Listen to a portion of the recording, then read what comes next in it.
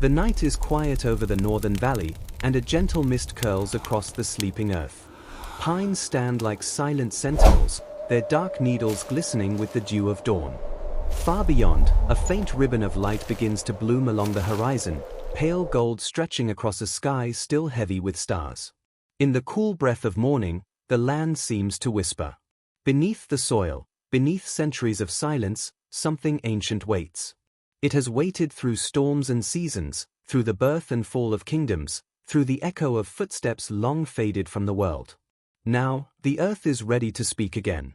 It begins with a sound, soft, steady, the scrape of metal against earth. A hand brushes away the damp moss, revealing a glint of darkness beneath. The air holds its breath. Slowly, carefully, the archaeologist leans closer, eyes widening as the shimmer takes form. A buried blade, a shard of forgotten time, resting in its cradle of earth. The mist gathers around as if drawn to the secret, as if the world itself leans in to listen. For 1,000 years, it has slept here, untouched by human hand, cradled by the quiet patience of soil and stone. And now, as it emerges into the waking light, the wind seems to stir with voices long lost, echoes of men who once wielded fire and iron, who believed that steel could carry a soul. This is no ordinary sword. It carries the weight of an age, the breath of legends, and the heartbeat of a people whose stories were carved not in ink, but in blood and frost. The discovery is humble. No crowds, no thunderous applause, only the soft crunch of boots on damp earth, the quiet murmur of wonder. Yet, in this moment, something grand unfolds. A door opens between centuries. The past, once sealed by silence, begins to stir. The archaeologists do not yet know what they've touched. They see a weapon, but in truth, they have brushed against a memory. They have woken a relic that remembers battles and songs, the warmth of a forge, the grip of a warrior's hand, the oath whispered before dawn. As the sword is lifted from the ground, the world around seems to fade. The valley breathes in stillness. Time folds gently, like waves meeting on the shore. The soft rustle of wind becomes the murmur of voices, Old Norse prayers, the rhythm of drums, the faint cry of gulls over distant fjords. In the hush of morning, the listener feels it too, a sense of standing between worlds, at the edge of history's dream. The narrator's voice drifts like mist, slow and deliberate, weaving image and emotion with every breath. We are told of the land, how it holds its memories close, how every stone and river remembers the footsteps of those who came before. The Vikings, fierce and restless, carried their stories in steel. To them, a sword was not merely a tool of war, but a vessel of spirit. They named their blades, spoke to them, trusted them as companions in battle and beyond. In this valley, perhaps, one such warrior laid his sword to rest beside him, believing it would guard his journey to Valhalla. The air is cool and scented with earth and pine. The sun climbs higher, spilling golden light across the grass, and the sword gleams faintly, as though waking from a dream. Around it, the archaeologists speak in low tones, reverent, uncertain. They know they have found something rare. But the deeper truth lies hidden still, etched in the metal, whispered in the patterns of its blade, carried in the silence between their words. This sword is a messenger. It carries questions the world has long forgotten to ask. What secrets does it hold? Who forged it, and how? Whose hand first grasped its hilt beneath the northern sky? What dreams, what fears, what victories lie bound within its edge? The narrator's voice invites the listener to wonder, to drift deeper into the quiet mystery of history's embrace. The past is no longer distant, it breathes beside us now. We can almost hear the clang of hammers on glowing steel, the hiss of iron meeting water, the solemn chant of a smith whispering to the gods. Time slows, each word a soft ripple across the surface of thought. We are asked to imagine the centuries this sword has known, the rise and fall of empires, the shift of faiths, the endless turning of seasons above its resting place. The earth that cradled it has known frost and fire, rain and bloom, silence and song. And yet, through it all, the blade has endured, holding within it the story of a people who sought meaning through mastery, courage, and craft. The listener feels the weight of ages, not as a burden, but as a gentle presence, an invitation to see beyond the surface of things. The sword is more than metal, It is a thread in the vast tapestry of human longing. It reminds us that we are all part of something enduring, something that whispers from the deep soil of time, "You were not the first to dream, nor will you be the last." As the scene lingers, the light softens. The valley fades into a haze of gold and shadow. The narrator's voice lowers, soothing and contemplative. The journey has only begun. Ahead lies the story of the sword, its birth in fire, its life in battle, its long sleep beneath the earth, and the secrets it now brings into the light. The listener is gently invited to follow, to walk the path between past and present, to listen not with the mind alone, but with the quiet places of the heart. In this stillness, as the world slips into hush, one truth begins to shimmer: history is not gone, it merely dreams. And sometimes, when the moment is right, it opens its eyes. The sword gleams softly in the morning light, and somewhere deep within, the echoes of 1,000 years awaken, whispering their secrets to those who will listen. The morning is cool and pale, the mist still lingering across the valley floor as the team gathers in quiet anticipation. Their breath drifts in faint clouds, merging with the low fog that rolls like memory across the earth. The air is heavy with the scent of damp moss and peat, and somewhere far off, a raven calls, a lonely cry echoing over hills that have witnessed 1,000 winters. Beneath their boots lies ground older than history, a place where silence has hidden stories too long forgotten. Today, that silence will begin to break. The first cut of the spade sinks softly into the earth, releasing the rich scent of soil, dark and cold. Each movement is deliberate, respectful. The archaeologists know they are intruding upon time's domain, and so they work gently, whispering their thoughts, their voices low as though speaking too loudly might disturb what sleeps below. Bit by bit, they peel back the layers: grass, roots, centuries of decay, each slice uncovering the breath of the past. The earth does not resist, it exhales, surrendering its secret. Hours pass in quiet rhythm, the scrape of metal tools a soft percussion against the stillness. Then, one of them pauses. Something gleams faintly beneath the loosened soil, a line of light, almost imperceptible, yet undeniable. Kneeling closer, the archaeologist brushes the dirt away with gloved hands, revealing the edge of something long and slender. The others gather around, their hearts stirring with reverent excitement. It is the hilt of a sword, darkened by time, but unmistakable in its form. The moment feels fragile, suspended between worlds. They work carefully, brushing, dusting, lifting each clod of soil like turning the pages of a sacred book. Inch by inch, the sword emerges, a relic sleeping in its cradle of earth, wrapped in centuries of silence. The ground around it holds fragments of wood, traces of cloth, the ghost of a burial mound long eroded by wind and rain. The team exchanges glances. They know they have stumbled upon more than an artifact. They have found a story preserved in soil, a voice from the shadows of history.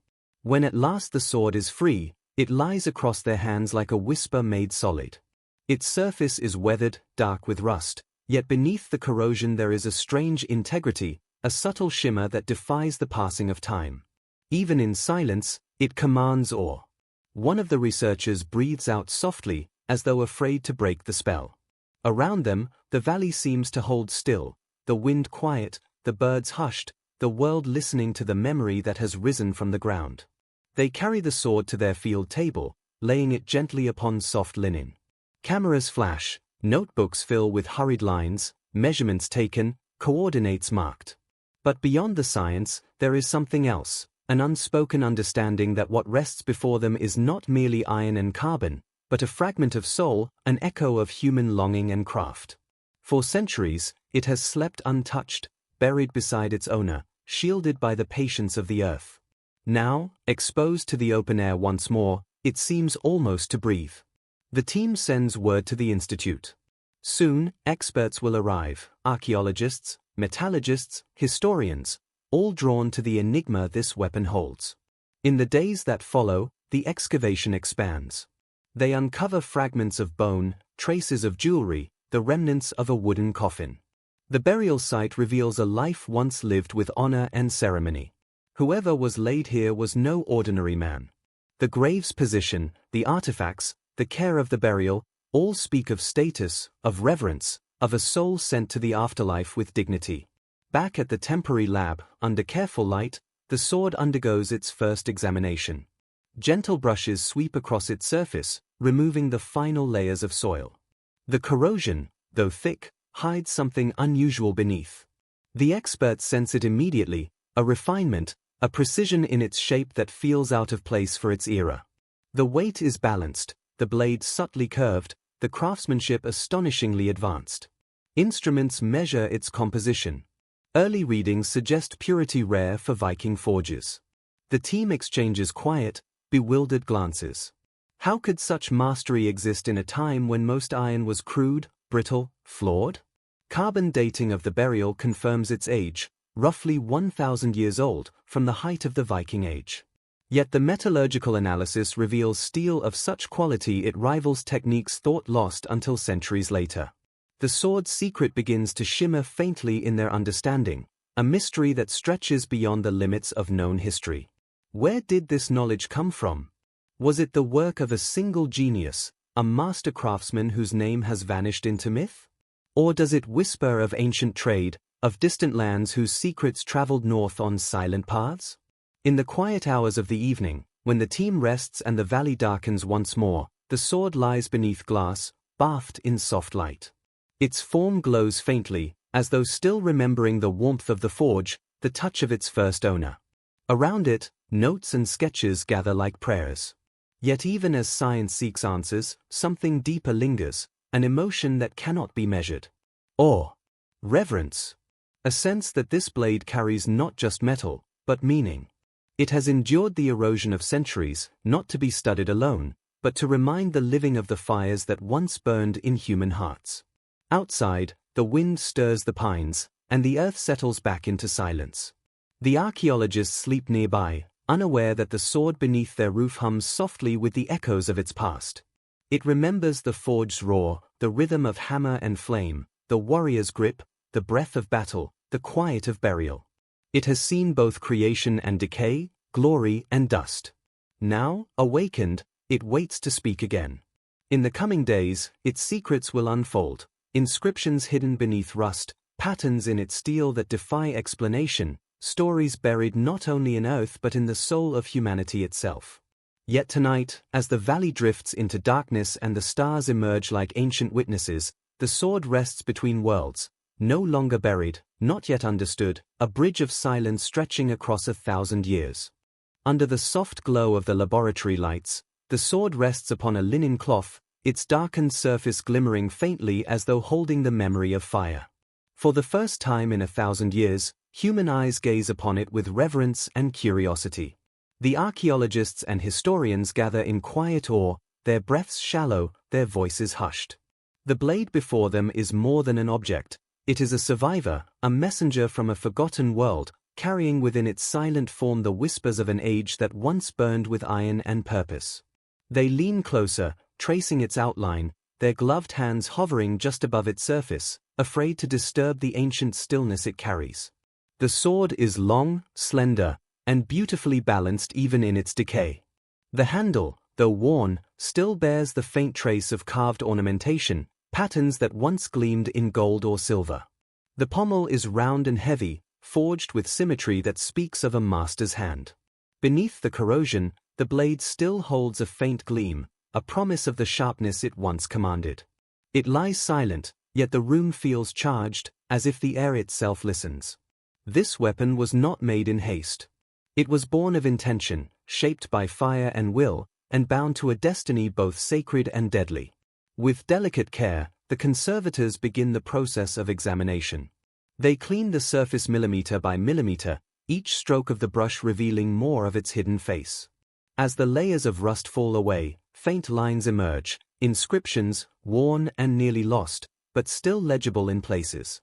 The letters shimmer under magnification, runes intertwined with Latin, a mixture rare and mysterious.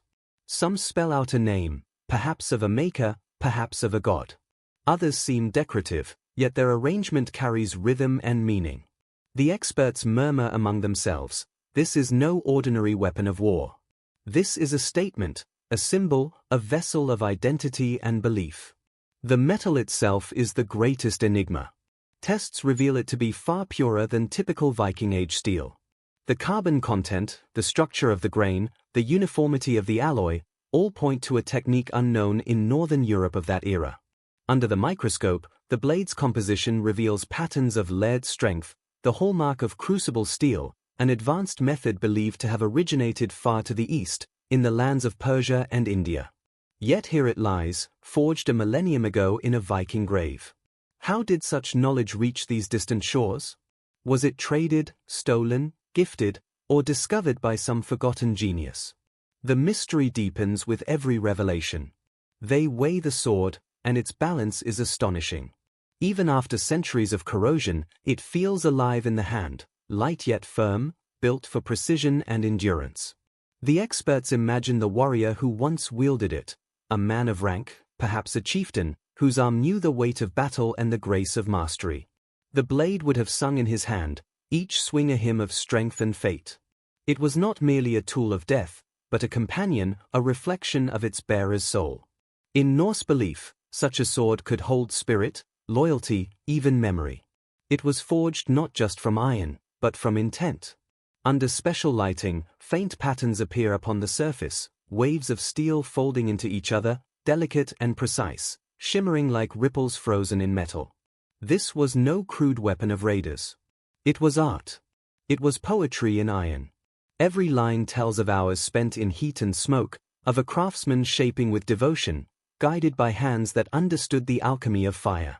The forge must have glowed like a small sun, sparks flying, the hammer's rhythm echoing like a heartbeat.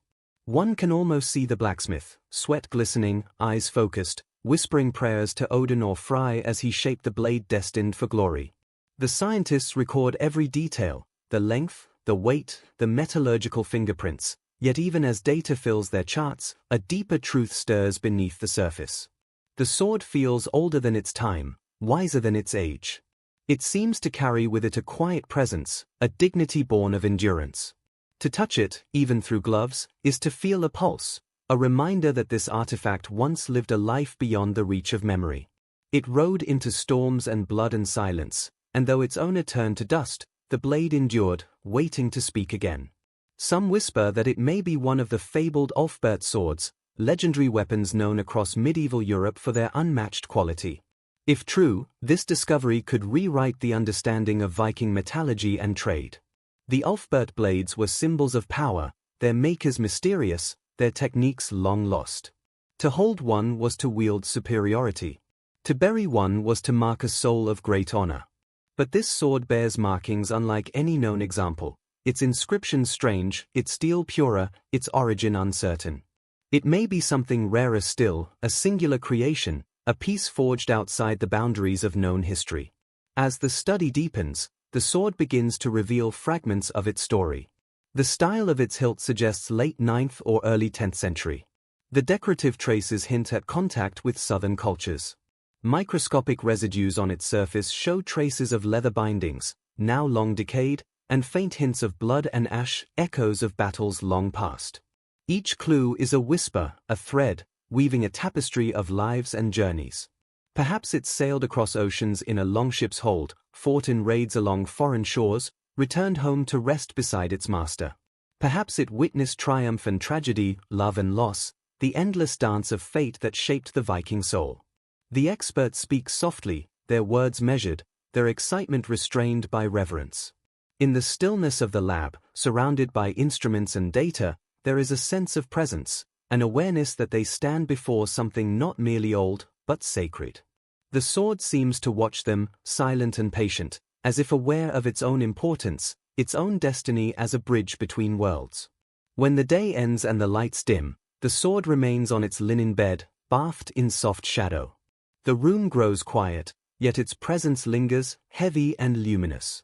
It has survived 1,000 years, and now it breathes again in the hands of those who seek to understand it.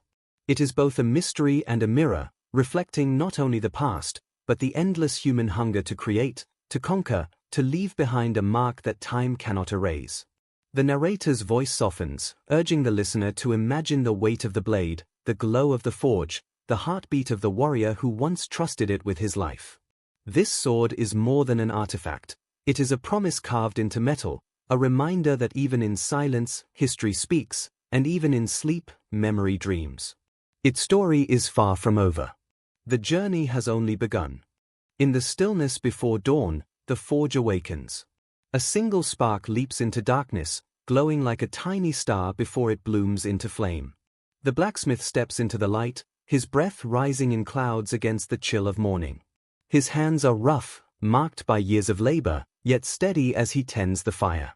Around him, the workshop hums with quiet purpose. Bellows creak, coals crackle, iron tools rest in ordered rows. Outside, the world is silent, but within these walls, creation stirs. The sword that will outlast centuries begins its life not in glory, but in the humble rhythm of heat and hammer. The air grows thick with smoke and ash, the scent of burning charcoal mingling with sweat and iron. Sparks dance like fireflies, rising into the rafters where shadows twist and flicker. The blacksmith kneels beside the forge, feeding it carefully, whispering words known only to his craft, prayers to unseen gods, invocations of strength and fortune. In the Viking world, forging was not mere labor, it was ritual, sacred and solemn. The smith was both artisan and mystic, one who shaped not just metal, but destiny. Every blade he forged carried a fragment of his soul. He selects the ore, gleaming in the dim light, and sets it before the fire. Each piece is chosen with care, for the heart of the sword must be pure. He heats it slowly, watching as it glows from dull red to brilliant orange, the color of sunrise.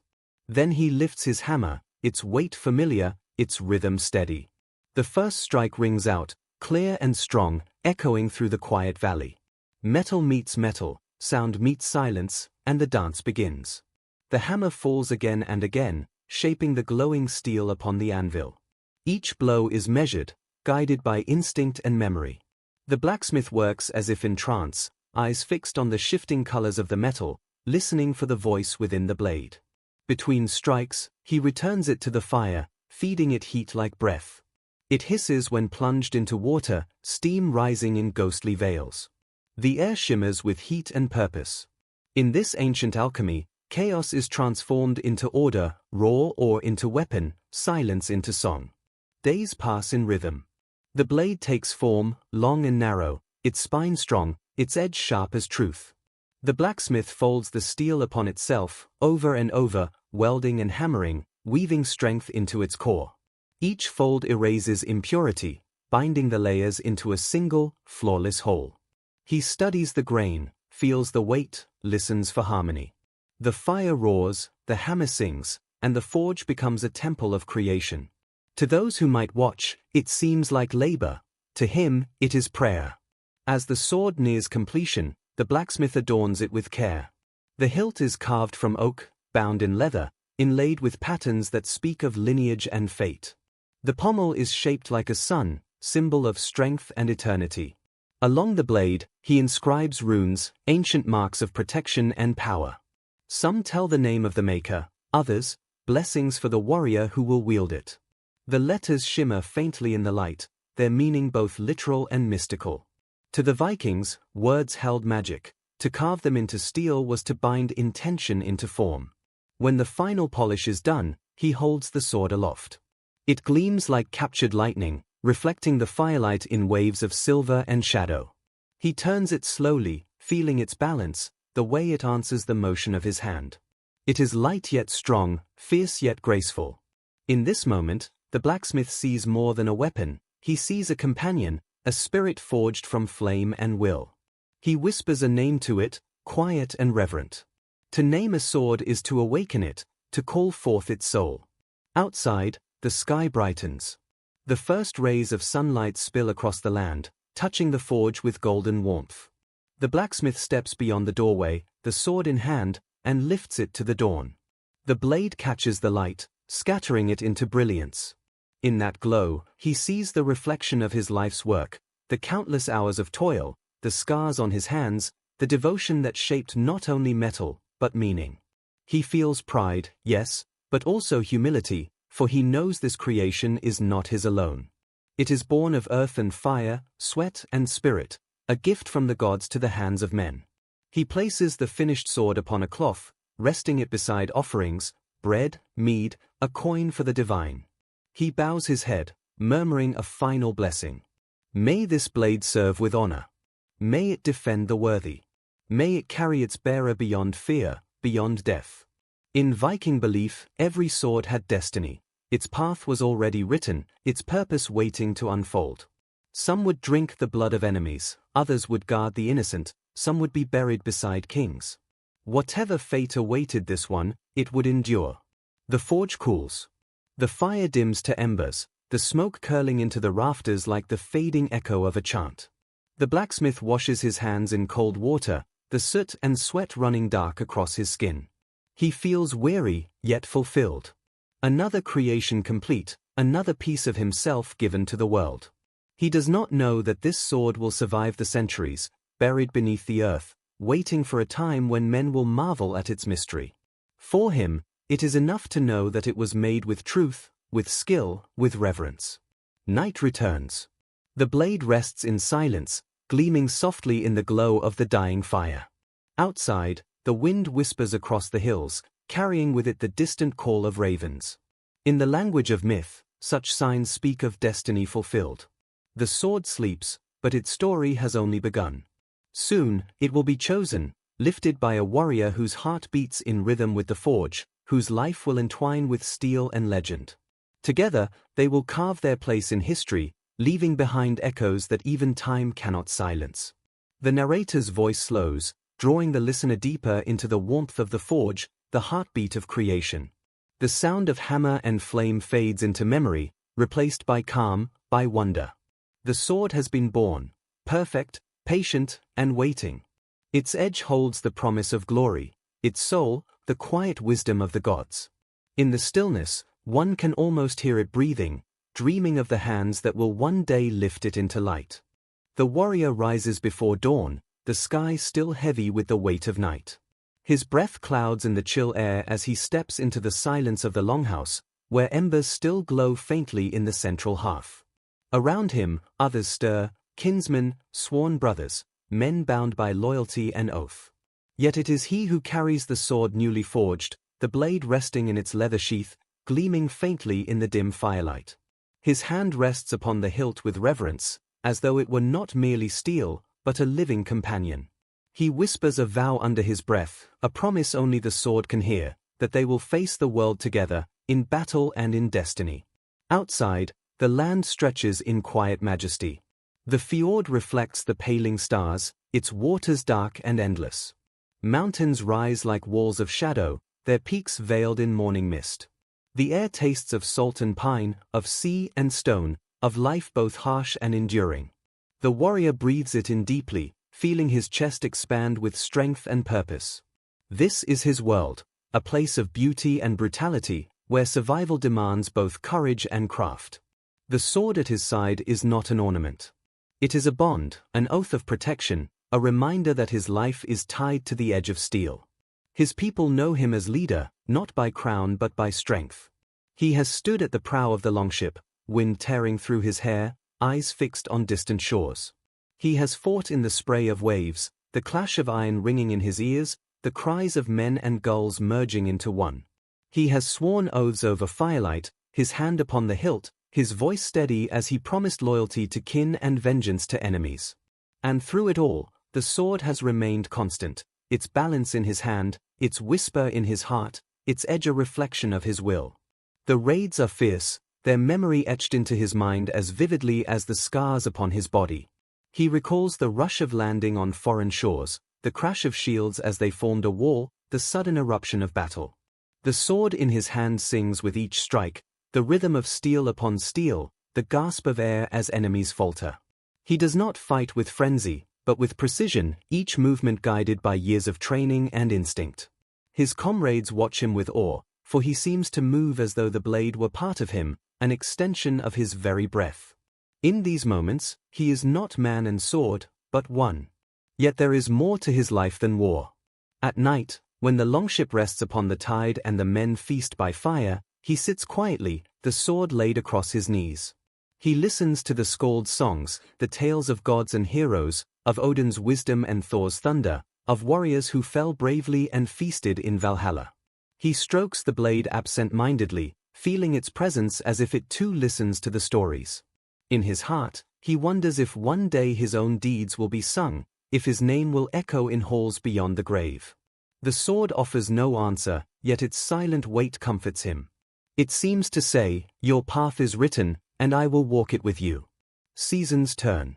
The warrior grows older, though his strength does not falter. His children are born, his hall filled with voices and laughter. Still, the sword remains at his side, even in times of peace. He carries it when he walks the boundaries of his land, when he speaks at council, when he kneels to honor the gods. To him, it is not a mere tool of violence, but a symbol of his identity. Without it, he would feel incomplete, as though a part of his soul were missing. With it, he feels whole, rooted in purpose, connected to something greater than himself. There are moments of solitude, when he stands upon the cliffs overlooking the sea, the wind fierce against his face. He draws the sword then, letting the blade catch the sun, its light scattering across the waves. He speaks softly to it, confiding his fears, his doubts, his hopes. He wonders if his ancestors watch him, if they see the steel in his hand and nod with approval. He wonders if his descendants will hold it one day, feeling the weight of his life carried within it. The sword gleams silently, but in its reflection he sees courage renewed. Battle finds him again, as it always does. Rival clans rise, foreign armies threaten, and once more the shield wall forms. This time the fight is longer, harder, bloodier. The warrior moves with the calm of experience, his strikes measured, his defense unyielding. Around him, men fall, but he stands firm, the sword flashing like a streak of lightning. He feels its edge bite deep, its strength never wavering. Yet he also feels the weariness of years, the toll of countless battles etched into his bones. Still, he does not falter. For as long as he holds the sword, he is unbroken. When victory is won, and the dead are carried away, he stands alone among the fallen, the blade heavy in his hand.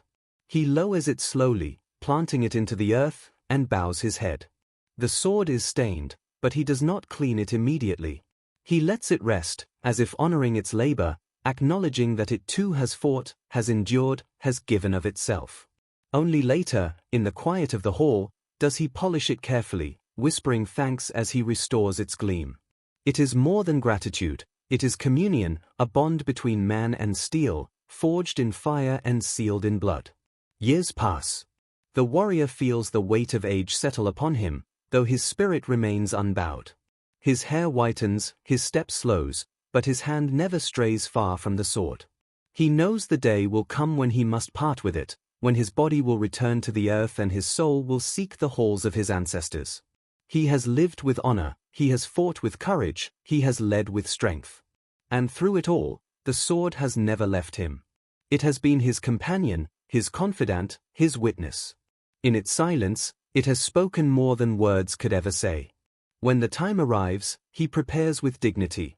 He gathers his kin, speaks his last words, gives his final blessings.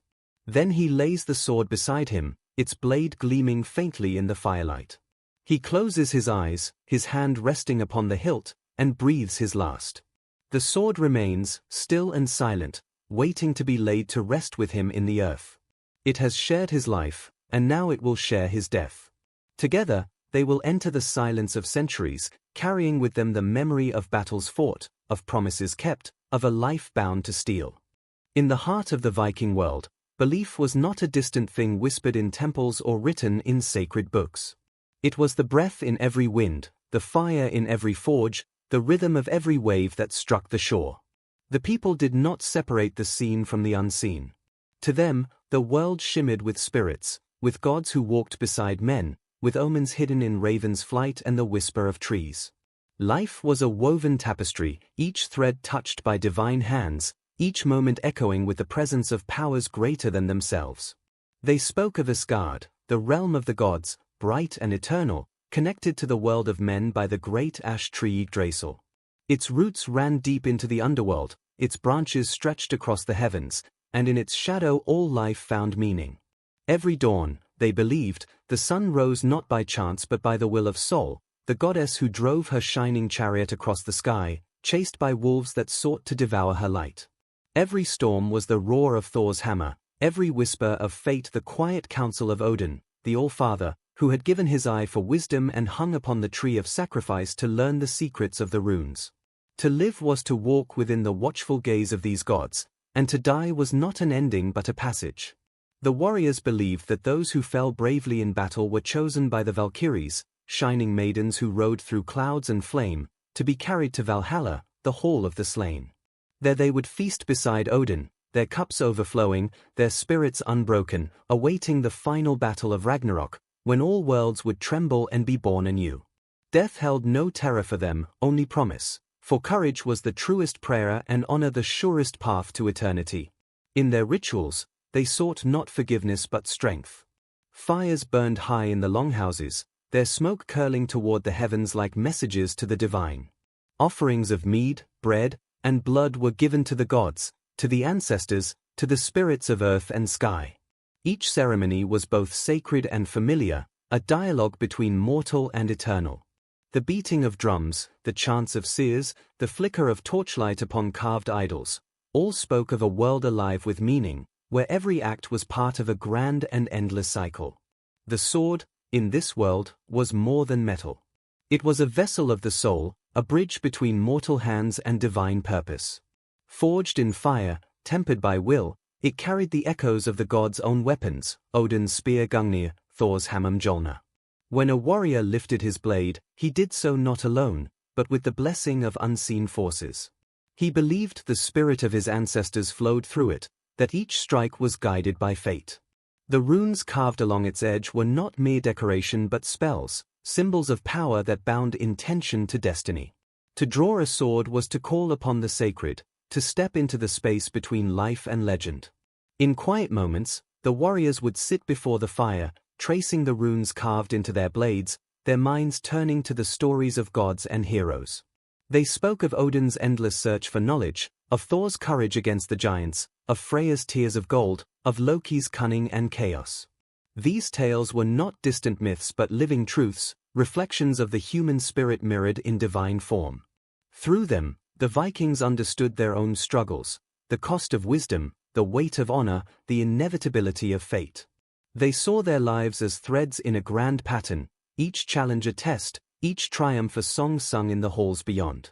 The sword rested beside them always, a silent witness to their prayers and battles alike. When blood was spilled, it was not seen as cruelty but as offering, a return of life to the cycle that gave it. To fall with a sword in hand was the highest calling, a seal upon a life lived with courage. And when death came, the blade would lie beside its owner in the grave, guiding him to the next world, a companion in the journey beyond. The burial was a sacred rite, chants rose like wind through pine, flames flickered, and the air trembled with reverence. The sword, washed in tears and blood, would sleep with its master, bound to him even in silence. The people believed the world itself was woven with destiny, that even the gods were not beyond its thread.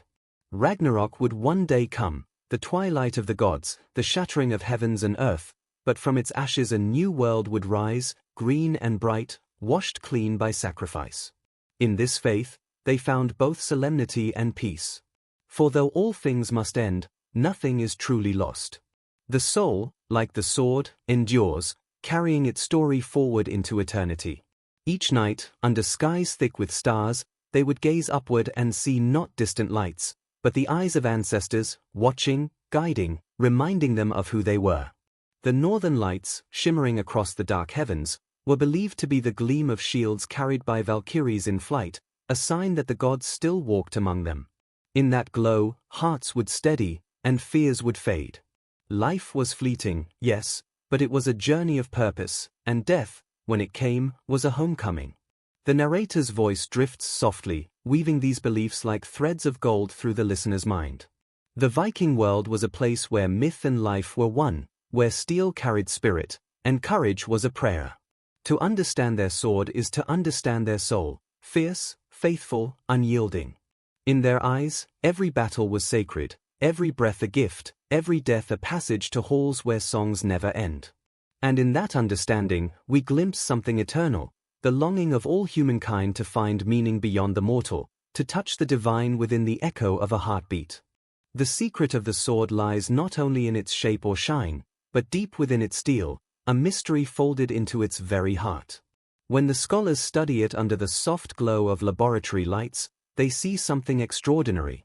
The metal is pure beyond expectation, its structure fine and strong, unlike anything known to northern forges of its time. Grain by grain, the steel reveals a truth that humbles even the most learned eyes. This blade was forged with knowledge far older and farther traveled than the world of the Vikings alone. In its shimmering surface lies the mark of crucible steel, a substance that should not exist in this place or age. Its creation requires temperatures fierce enough to melt iron fully, the patience to let carbon weave itself in perfect harmony, and the wisdom to control the breath of the fire itself. In Europe of the 9th century, such mastery was a dream, yet here it is, solid, shining, undeniable. The sword is a bridge across worlds, a silent witness to the meeting of distant hands and ancient minds. The experts trace its essence to the lands of the East, to forges that burned in Persia and India long before the Northmen sailed. In those distant places, smiths learned to coax purity from chaos, to create blades so strong and sharp they seemed born of magic. The Vikings, fierce and restless, traded not only in silver and furs but in ideas, in whispers of craft carried along the veins of rivers and the arteries of seas.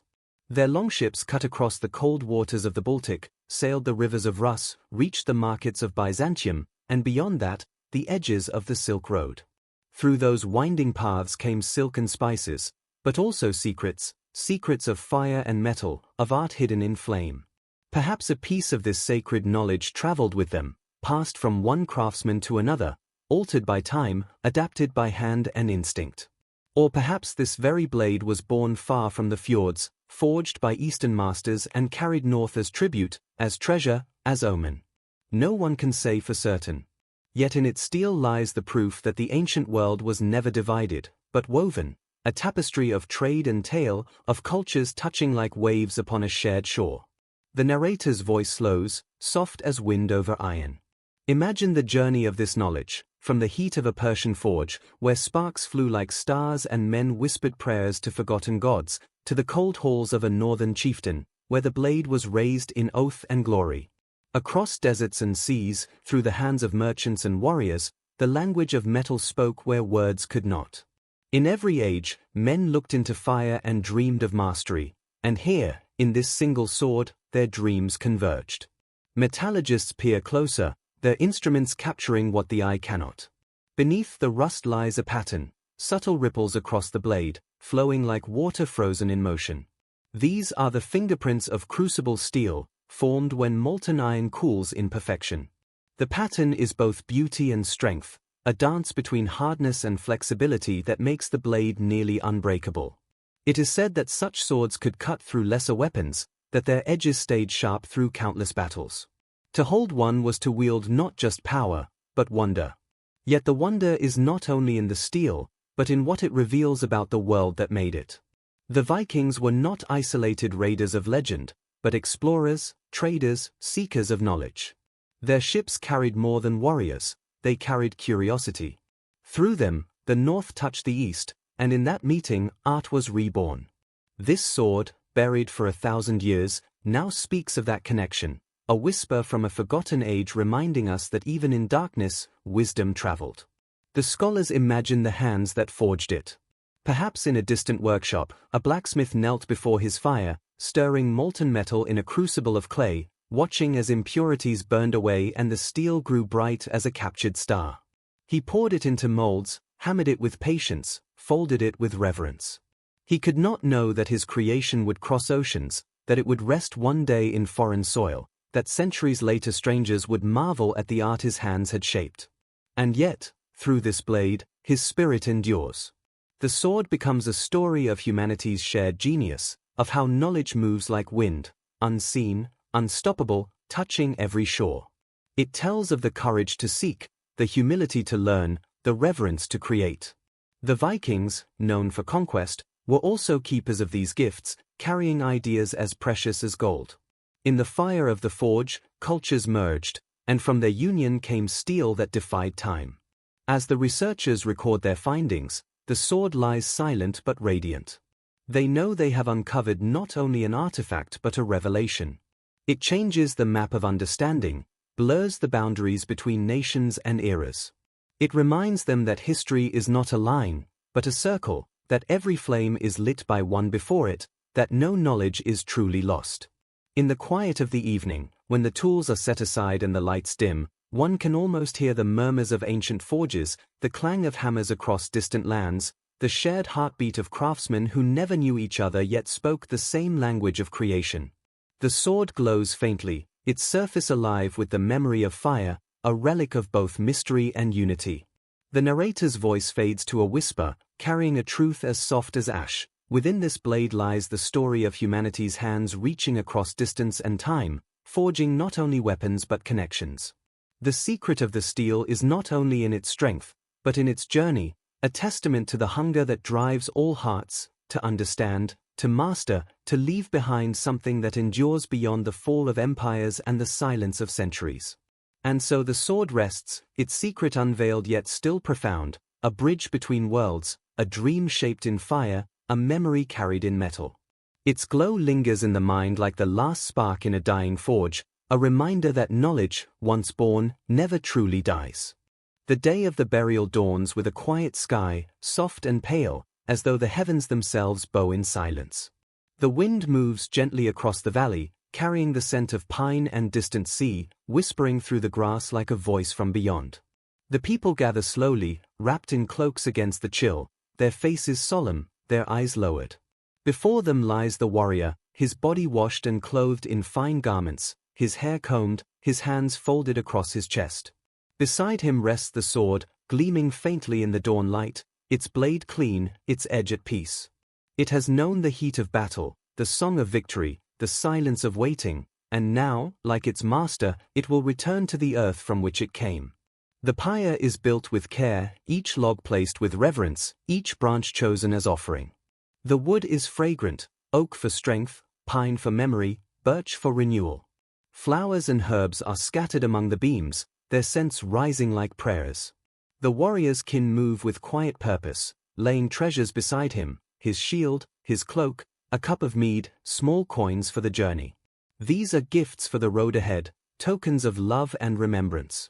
The sword is placed last, set upon his chest, its hilt resting beneath his hands. It gleams as though alive, as though aware of the solemn moment. For a lifetime it has served, and now it will follow its master into eternity. The seer steps forward, her voice low and rhythmic, chanting ancient words that ripple through the still air. She calls upon the gods, Odin, Freya, Thor, to guide the fallen one to the next world, to open the gates of Valhalla, to welcome him among the honored dead. The people join in murmured response, their voices blending into a soft hum that rises and falls like the tide. The sound wraps around the valley, filling the silence with sacred song. Ravens circle above, black wings gliding through the pale sky, as though summoned by the right. A flame is brought forth, carried in a small clay bowl, its light steady, unwavering. The eldest son steps forward, his hand trembling as he lowers the fire to the edge of the pyre. For a moment, nothing happens, then the smoke curls upward, slow and silver, and the first tongues of flame begin to climb the wood. The crackle of burning fills the air, soft at first, then strong as the pyre awakens. The heat grows, the light deepens, and soon the warrior is surrounded by golden fire, his body and his sword bathed in its glow. The people stand in silence, watching as the flames lift toward the heavens, carrying with them the spirit of the fallen, carrying whispers of farewell. The sword gleams brighter than all else, its surface reflecting the dance of fire. It seems to shimmer with life, as though it too remembers every battle, every oath, every moment it shared with the man who now rests within the blaze. The heat bends the air, blurring the edges of sight, until fire and soul and steel are one. In this sacred union, death is not loss but transformation. What once walked the earth now travels beyond, guided by flame, accompanied by faith. The sword, though forged of iron, becomes part of that passage, its essence rising with the smoke to the realm of the gods. As the fire burns, memories stir among the watchers. They recall the warrior's voice, his laughter, his strength, his counsel in storm and peace. They see him standing at the prow of his ship, sword raised to the horizon, eyes alight with purpose. They see him at the hearth, telling stories by firelight, his blade resting beside him like a loyal friend. Now those memories are all that remain, and yet they are enough. For in remembering, they keep him alive. The flames roar higher, then begin to fade, their light turning soft and red, their heat gentle. The smoke drifts upward, curling into the sky, carrying the soul home. When the fire dies, only embers remain, glowing fragments of wood, faint outlines of what was. The people wait in silence until even the last spark fades into ash. Then, with care, they gather what is left, the charred bones, the softened remnants of the sword, the mingled dust of man and metal. These are placed in an urn, sealed with cloth and prayer, and carried to the burial mound. There, beneath the earth, a resting place has been prepared, lined with stones, filled with offerings, touched by ritual. The urn is lowered gently into the hollow, surrounded by tokens of the life now past. Above it, they lay soil and flowers, pressing the ground smooth, marking it with stones carved with runes of remembrance. The mound rises, a quiet hill against the horizon, a sign to all who pass that here lies one who lived with honor. The people stand before it, heads bowed, hearts heavy yet calm. They know the journey does not end in the grave. The warrior walks now in brighter halls, feasting among heroes, his sword shining beside him, unbroken, eternal. The wind stirs across the field, carrying the faint echo of voices, the rustle of wings, the promise of continuity. The land holds him now, and the land will remember. As dusk settles, the last of the mourners depart, their footsteps fading into the evening hush. The mound remains, bathed in twilight, a silhouette against the sky. The air grows still, the stars emerge, and the earth begins its long vigil. Beneath the soil, the warrior rests in peace, his sword by his side, their stories entwined, their silence deep. Time will move on, seasons will change, rains will fall, forests will grow, but the memory of this moment will linger, woven into the breath of the land. For in returning to the earth, he becomes part of it, stone, soil, spirit, and the sword, once born of fire, now sleeps in cool shadow, waiting for the world to remember. Beneath the quiet earth, time drifts like a dream. The sword lies in darkness, wrapped in soil and silence, beside the bones of the one who once held it. Above, the seasons turn in endless rhythm, spring's soft rain, summer's golden breath, autumn's hush, winter's white stillness. Year after year, century upon century, the world moves on, and still the blade remains, cradled in the deep, untouched by memory, guarded by the patience of stone and root. The fires of its forging are long extinguished, the echo of battle long faded, yet something of its spirit endures, sleeping, waiting, remembering. The earth shifts gently around it, layers of soil pressing closer with every passing age. Roots weave through the ground like veins of time, brushing against the hilt, curling softly as if in reverence. Tiny creatures burrow nearby, living and dying in cycles too brief to matter. Rain seeps through the surface, darkening the soil, carrying whispers of the world above. The sword feels none of it. It rests in stillness beyond sound, beyond breath, beyond the reach of light. Yet in that silence, it is not forgotten. It becomes part of the land's great memory, folded into the slow heartbeat of the earth. Above, forests grow and fall. Trees rise tall, their branches stretching toward the sky, their leaves catching the songs of wind and bird. Generations come and go, villages rise, kingdoms fall. Empires blaze and vanish like sparks in a storm, their triumphs swallowed by time. Wars rage across continents, new weapons born, old ones abandoned. Yet here, in this small hollow of earth, the sword remains undisturbed. While the world above shifts and burns, it dreams quietly, holding within it the echo of a vanished age. The bones beside it turn to dust, the fabrics decay, the wood crumbles to shadow. Only the steel endures, though dulled by rust, its edges softened, its gleam hidden beneath centuries of earth. Still, its form holds, its presence intact. It has become more than an object, it is now part of the soil itself, a relic absorbed into the eternal. Time cannot unmake what was forged with devotion. Though unseen, the sword remains whole in essence, bearing the imprint of every hand that shaped it, every soul that believed in it. Seasons blur into centuries. Snow covers the valley, melts, and returns again. Rivers shift their courses, stones roll slowly through the streambeds. The language of the people changes, their stories forgotten, their gods replaced by new names and prayers. The warrior's name fades from all lips, his deeds swallowed by silence. But beneath the surface, his sword still lies beside him, holding what memory cannot, an unspoken truth that all things pass, yet nothing is truly lost. In the deep quiet, time becomes fluid. 1,000 years are no more than a breath. The sword feels neither loneliness nor longing, only the still pulse of being. It has surrendered to the rhythm of the earth, to the steady song of roots and rain. Moss grows thick above its resting place, then withers, replaced by grass and wildflowers. The valley becomes pasture, then forest again. Men come and go, their footsteps fleeting, unaware of the treasure beneath them.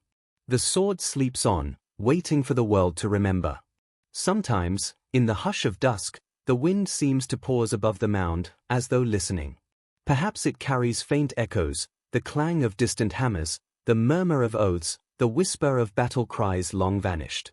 Perhaps the land itself remembers, holding within its quiet heart the stories once written in steel and flame.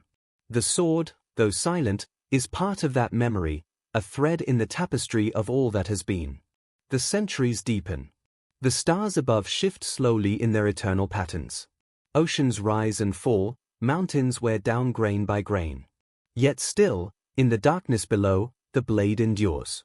Its purpose forgotten by men, but not by the earth that cradles it. It is no longer a weapon, no longer an object of power or pride. It is a vessel of time, a keeper of silence, a testament to the endurance of what is made with soul. And then, one day, the soil above begins to stir. The roots that once guarded it part, the layers of earth loosen, the first faint glint of metal catches the light of a new age.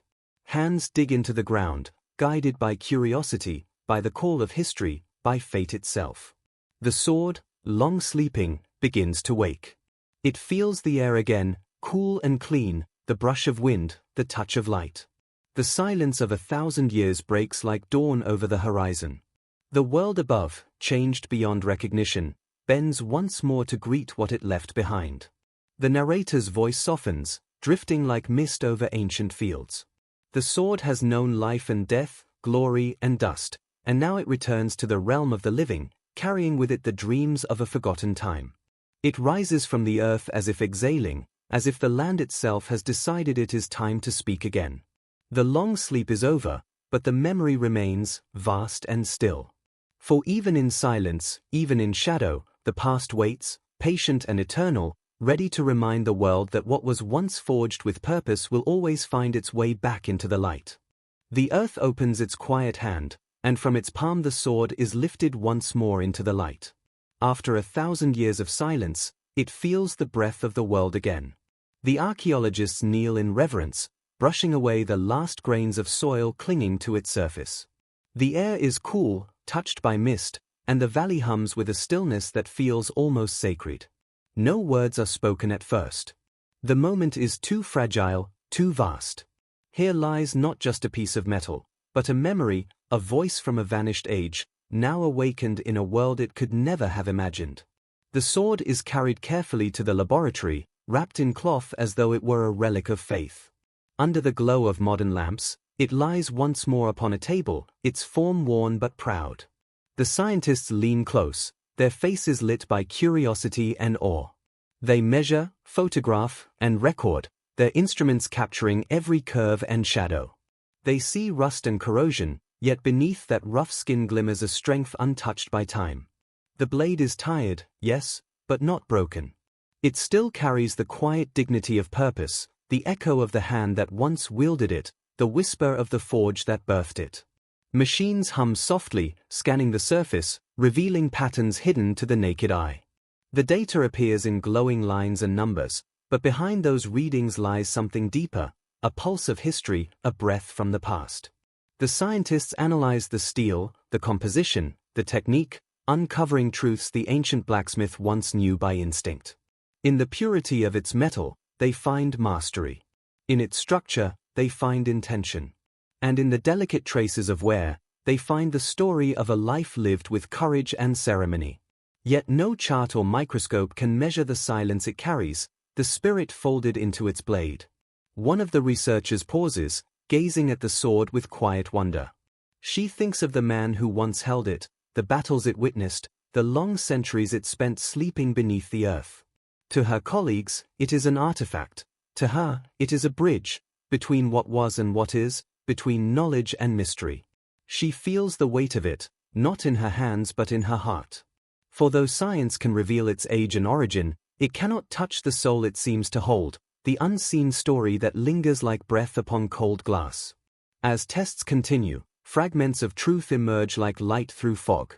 The inscriptions are faint, but they whisper of faith, of craftsmanship, of pride. The steel bears marks of methods far ahead of their time, proof of connections that spanned continents. The scientists trace the flow of trade, the movement of ideas, the mingling of cultures that brought this knowledge north. Yet with every discovery, the mystery only deepens. How did such brilliance reach this valley? Who carried the flame of wisdom so far from its source? And why was this blade laid to rest with such care, as though it were more than a tool, perhaps a companion, perhaps a soul? The narrator's voice softens, letting each word linger like falling snow. Science peers into the physical, the carbon, the grain, the corrosion, but spirit whispers of something beyond measure. The sword is not merely a product of fire and ore, it is a testament to the yearning within all hearts to create something lasting, something that defies decay. It is proof that the boundary between logic and faith, between fact and wonder, is not a wall but a thread, delicate, shimmering, unbroken through the ages. The scientists write their reports, publish their findings, share their marvel with the world. Museums request it, scholars debate its secrets, and documentaries speak its story in voices full of reverence. Yet no matter how carefully they describe it, no matter how precise the language, something always slips beyond their reach. For the sword's true essence is not in the numbers, but in the silence between them, in the sense of standing at the threshold of time, touching the hand of the past through the cold skin of metal. At night, when the laboratory grows quiet and the lights dim, the sword rests alone. Shadows move softly across its surface, and for a moment it seems to shimmer, as though remembering. Perhaps it dreams of the forge's fire, of the warrior's grip, of the chants sung at its burial. Perhaps it feels the weight of centuries pressing gently around it. Or perhaps it simply lies still, content to be seen once more, to remind the living that even in the march of progress, the past is never truly gone. The scientists return each morning, their minds bright with purpose. They clean and preserve, ensuring that what time sought to reclaim will endure a little longer. They place it behind glass, where visitors will gaze upon it with awe. Children press their faces close, imagining heroes and battles, while elders stand in silence, sensing something older than story, older than memory. The sword becomes a mirror for all who look upon it. In its reflection, they see their own longing to belong to something greater, to leave behind a mark that will outlive the flesh. As the narrator's voice drifts like a lullaby, the listener is invited to feel that same wonder. The sword is both history and heartbeat, both relic and reminder. It speaks of how science seeks to understand and spirit seeks to feel, and how both together reveal the fullness of truth. For what is knowledge without reverence, or discovery without gratitude? In the gleam of ancient steel, we glimpse ourselves, curious, fragile, eternal. The sword rests now in its quiet chamber, watched by eyes that will never tire of its mystery. Around it hums the modern world, machines, voices, lights, yet it remains a thing of stillness, a whisper from a time when every act of creation was a prayer. It has crossed the gulf of ages to stand once more in the hands of those who seek meaning. And though centuries have passed, its lesson endures, that in every fragment of the past lies a spark of the infinite, and that even in silence, the soul of the world continues to speak. The sword rests now in stillness, its battles long ended, its edge dulled by time, yet its presence undiminished. In its silence lies a quiet truth, a lesson forged in the fires of creation and tempered by the centuries it has endured. It speaks not in words, but in essence, reminding all who gaze upon it of the fragile balance between power and purpose, of the fleeting nature of glory, and of the enduring soul that lives within all acts of meaning. To hold it, even in thought, is to feel the weight of countless stories, of hands that shaped, wielded, and released it, of lives bound to its destiny and then surrendered to the flow of time. Power, the sword whispers, is neither virtue nor vice. It is a flame, bright, consuming, full of promise and peril. In the hands of the wise, it brings protection and justice. In the hands of the reckless, destruction and sorrow. The blade remembers both, the triumphs that rang like hymns across the valleys, and the grief that followed in their shadow. It has tasted victory and loss, held steady in courage and trembling in fear. Through it all, it learned that true strength is not in the swing of the arm, but in the clarity of the heart that guides it. Without purpose, power is hollow, a spark that fades into ash. The sword, once born of fire, knows the price of creation. It remembers the blacksmith's toil, the sweat and breath given in devotion, the endless strikes that shaped raw ore into art. It knows that mastery demands patience, that beauty is carved through effort and endurance. In this, it teaches that all greatness, whether in craft or character, comes not in haste but through steadfast will. Just as the metal was folded upon itself to grow strong, so too must the soul be tempered by trial, by reflection, by humility. The blade, now silent, carries that lesson in every line, in every glimmer hidden beneath the rust of years. And it speaks of impermanence. Once, it gleamed like the sun, sharp enough to split armor, swift enough to change the course of battle. Now it lies quiet, its brilliance dimmed, its edge worn smooth by time's patient hand. Yet there is no sorrow in its stillness. For even as form fades, essence remains. The sword's journey mirrors the life of its master, of all who live, born in fire, shaped by experience, wielded in purpose, and finally laid to rest.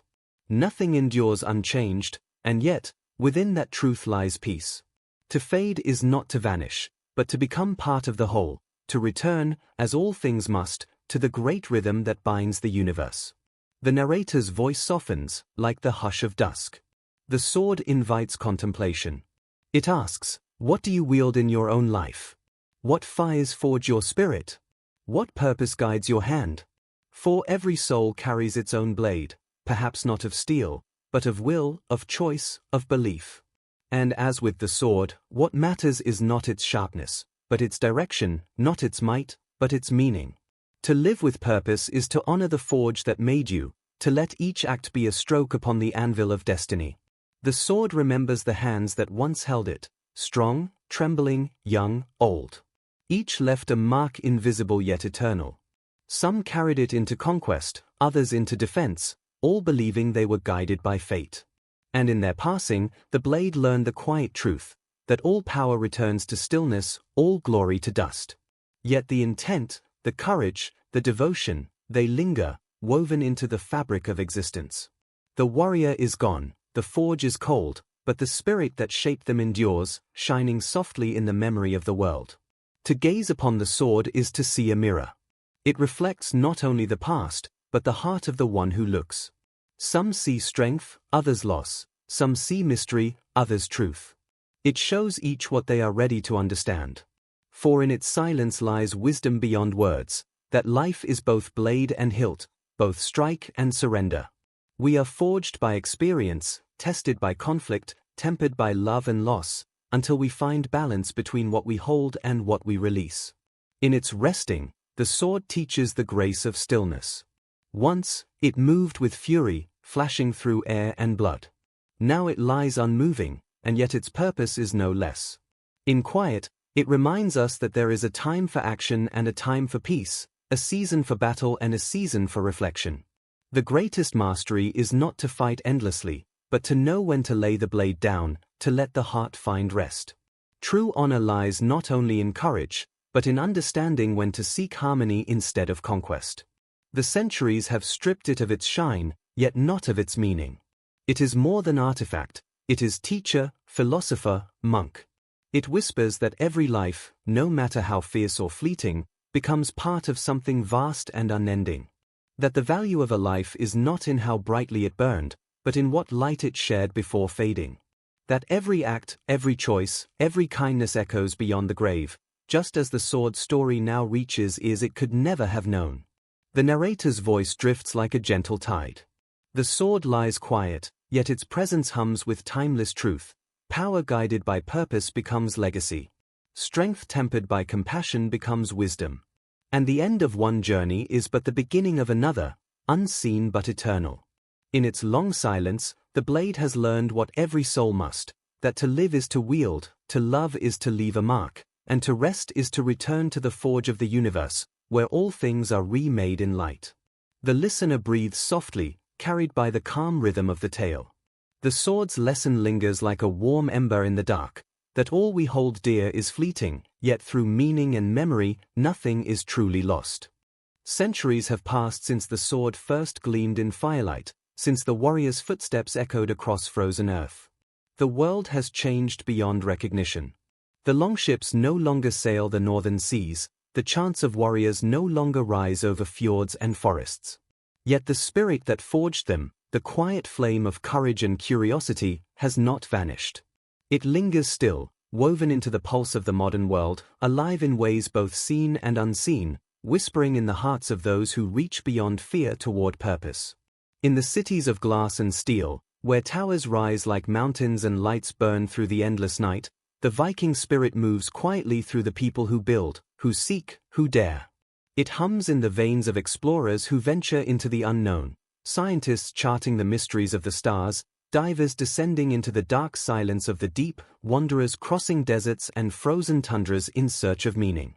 They no longer sail by starlight, but their journeys are guided by the same longing, to know, to conquer, to understand, to create something greater than themselves. It breathes, too, in the hands of craftsmen and artists, those who shape beauty from raw material, just as the ancient smiths shaped the sword. In the heat of the forge, in the hum of workshops, in studios filled with wood, clay, and sound, the same devotion endures, the desire to turn chaos into form, to give soul to matter. Every painter who blends light and shadow, every builder who raises walls from dust, every musician who forges melody from silence, they are kin to the old blacksmiths, heirs to the sacred art of creation. They carry forward the understanding that to make is to honor life, to craft is to pray in motion. The Viking spirit lives in those who refuse to bow to fear, who rise again after defeat. It burns in the heart of the soldier who stands firm for what is right, in the healer who faces despair with compassion, in the teacher who lights a flame in the darkness of ignorance. It is found not only in great deeds, but in quiet resilience, the parent who works through weary nights, the traveler who begins again in a foreign land, the soul who walks through grief and still finds reason to love. The same courage that once faced storms and sword edges now faces doubt, loss, and change, with faith that the human spirit, like steel, grows stronger through trial. In our age of machines and speed, when the noise of the world grows loud and constant, the sword's ancient whisper reminds us to pause, to remember the roots beneath the glittering surface. The Vikings looked to the sky and saw meaning in the stars. They looked to the earth and found stories in stone and river. They believed the world was alive with spirit, and though we have traded myths for science, the wonder remains. In every dawn that spills across the horizon, in every wave that breaks upon the shore, in every heartbeat that seeks more than mere survival, the echo of their reverence endures. Their legacy breathes also in the modern hunger for belonging, for community, for story, for purpose. Across the world, people trace their lineage to distant ancestors, seeking in ancient tales the map of their own souls. Festivals rise in their honor, songs retell their journeys, museums preserve their relics. Yet the truest tribute is not in reenactment, but in living with the same fire, to explore without fear, to create without hesitation, to face life with both strength and humility. The sword reminds us that identity is not confined to the past, it is carried forward, renewed with every act of courage and every spark of curiosity. Even in quiet moments, the spirit stirs. In a solitary hike through misted mountains, in a gaze across a restless sea, in the silence of thought beneath endless stars, one feels it, the call of the unknown, the ache to go farther, the desire to leave behind something worthy. It is the same call that once drove ships into storm and fire into iron. It is the eternal voice that says, "Do not settle for shadows, seek the light beyond." The narrator's voice flows like a tide, slow and certain. The sword, though resting now behind glass, continues to speak to those who listen. It tells the modern soul that strength is not only in might, but in endurance, that bravery is not only in conquest, but in compassion, that the truest victories are those won over fear and despair. It reminds us that we, too, are part of the same unbroken story, that the hands which hold pens, tools, or dreams are heirs to the same will that once held steel against the dark. Though the gods of the old world have faded into myth, their echoes live in our search for meaning. Odin's hunger for wisdom dwells in every question that pushes beyond the known. Thor's hammer swings in every act of protection, every stand against injustice. Freya's grace blooms in every act of love that softens the edges of a harsh world. And like the warriors of old, we each walk toward our own destiny, uncertain yet unafraid, guided by an inner compass shaped by centuries of longing. The world has changed, but the heart of humanity remains the same. We still build, we still dream, we still reach beyond ourselves. The sword, born of fire and faith, has become a mirror for the ages. In its reflection, we see the same flame that burns within us, the will to endure, the courage to act, the grace to rest. Its story is not confined to the past, it breathes within every moment we choose purpose over apathy, creation over destruction, light over silence. As the voice fades into quiet, the listener feels it too, that thread of connection stretching across time, binding hand to hand, heart to heart. The Viking spirit has not vanished. It walks among us still, in every act of strength, in every whisper of wonder, in every soul that dares to live fully, bravely, and true. The sword rests now in quiet light, its journey complete, yet its presence alive with meaning. It has crossed centuries of silence to stand once more in the gaze of humankind, and though its blade no longer shines with battle's fire, it glows with a deeper truth. It whispers not of conquest, but of connection, not of war, but of wonder. For hidden within its steel lies the final secret, not of how it was forged, but why. It was never only a weapon. It was a vessel, a mirror, a teacher. And now, as we stand before it, it offers its last lesson, one spoken softly in the language of eternity. It tells us that every life, like every blade, is born in fire. We are shaped by heat, by trials, by struggle, by the sparks of our own becoming. The sword remembers the hammer's strikes, the roar of the forge, the endless folding that gave it strength. So too do we carry the marks of what has shaped us, the moments of pain and persistence that harden our spirit. Strength does not come from ease, it whispers, but from the willingness to endure the flame and emerge tempered, not broken. The scars are not flaws, they are the proof of transformation. It speaks also of purpose. For what is power without direction? The sword was made not to lie idle, but to serve, to protect, to honor, to uphold what was sacred. In its quiet reflection, it reminds us that meaning is not found in mere existence, but in what we choose to do with the time we are given. The hands that hold us, the hearts we touch, the truths we defend, these are the edges we sharpen through life. A blade without purpose grows dull, a soul without purpose drifts. But guided by intention, both shine, even in darkness. There is humility in its voice, the wisdom of one who has seen the rise and fall of ages. It tells us that all things pass, the gleam of youth, the thrill of triumph, the warmth of recognition. The sword once flashed in battle, its edge singing through the air, now it lies still, its glory faded into memory. Yet it is not diminished. For beyond the noise of time lies something greater, essence, spirit, the quiet truth that endures when all else fades. We, too, will change, grow dull, return to dust. But what we have loved, what we have built, what we have given, those remain, woven into the endless story of existence. The sword's whisper deepens, soft as wind through leaves. It tells us that legacy is not in monuments or names carved in stone, but in the light we kindle in others, in the echoes of kindness and courage that ripple beyond our sight. The warrior who once bore it is forgotten, his name lost to history. Yet through this blade, his spirit lives on, his strength, his devotion, his faith in purpose.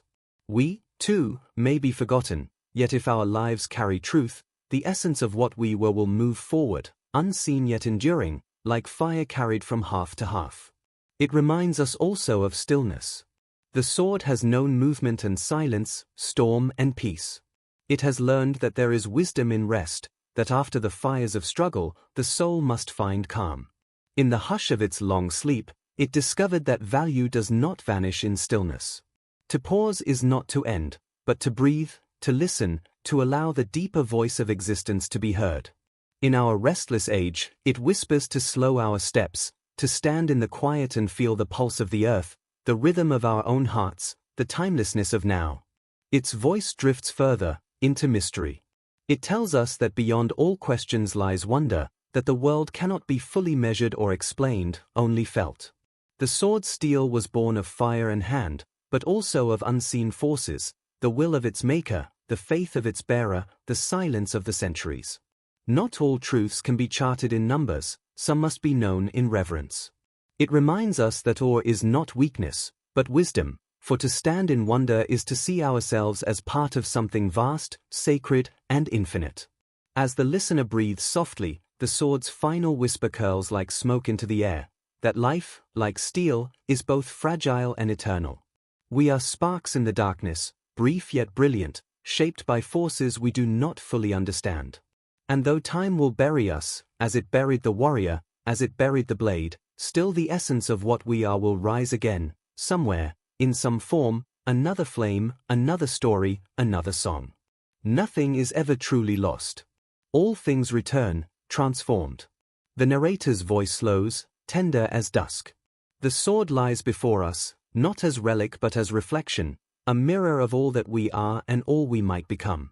It calls us to live with courage, to act with purpose, to hold our own blades, our choices, our gifts, our hearts, with reverence. It asks us to remember that strength without kindness is hollow, that glory without humility is fleeting, and that even the smallest act done in love will outlast the brightest triumph. In the stillness, its whisper fades, yet its meaning lingers like light upon water. The final secret is not hidden in steel, but in the soul, that life's true beauty lies not in what we conquer, but in what we cherish, not in how long we endure, but in how deeply we live. The sword's story ends, but its voice remains, echoing softly through time, reminding us that within every ending lies a beginning, within every silence a song, and within every heart, the same fire that once burned in the forge of creation.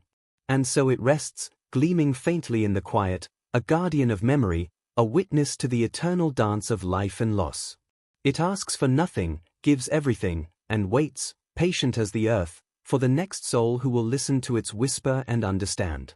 Close your eyes now, and let the world around you soften. Feel the quiet settle, like evening mist upon a still lake. The story has been told, the sword has spoken, and the echoes of its journey linger like fading ripples across the surface of time. You have walked beside warriors and blacksmiths, through fire and silence, through centuries of sleep and awakening. Now, all grows still. The earth is calm, the stars steady in their watch, and the breath within you is a tide, rising and falling, carrying you gently toward peace. Breathe in slowly, deeply, letting the air fill your lungs like the cool wind across northern seas. Hold it for a moment, as though listening for the whisper of the past, and then release it softly, allowing every thought, every worry, to drift away. Each breath draws you deeper into stillness, like stepping quietly into a forest where the only sound is the rhythm of your heart. The weight of the day fades, the noise of the world dissolves, and what remains is simple, silence, warmth, and the steady pulse of life within you.